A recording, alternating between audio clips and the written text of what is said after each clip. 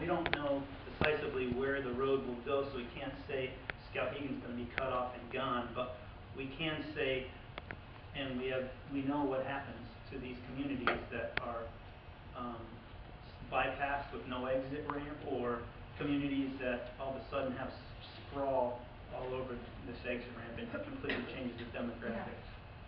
Yeah. I'm not sure I understand exactly how that's going to work, because it seems to assuming for the moment that in fact this is a highway, the picture seems to be that it's going to be a highway like 95, right, when in fact it's going to be a humongous conveyor belt taking containers from Canada to Canada. So how does the bypass effect work if the east-west highway, assuming it to exist, works as I described? Yeah. The way that people who are in the business world that I've spoken with certainly imagine that wherever these interchanges are chosen, that there'll be a big service island. And I think we would all imagine urban service islands, but it'll be big service islands.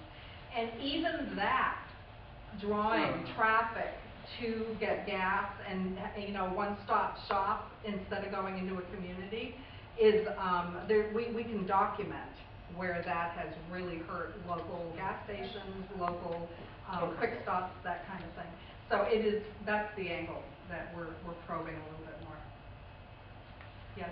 Just quickly, one of the challenges that I've had personally with this language is because I don't want to say communities are bypassed and that's terrible because of all the business that's going to be drawn away, and then at the same time you don't want to be promoting it going closer to people, so you get in this slippery slope of the development.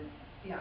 You know, are we saying that we could have it if it had these kinds of interchanges?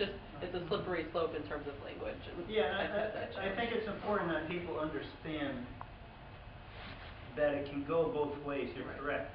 And, you know, good examples of that are the main turnpike completely missing Lewiston, Auburn, and what effect that had on the development process in the area. So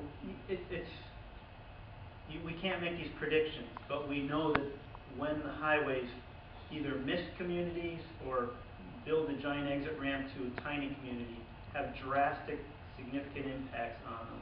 And they're not typically have been well planned out, and obviously there's adverse effects. Rather than go through every single bullet point on these, we've got them up there. We've sort of ID'd them. If you think things we've missed. And again, to just remind you that where we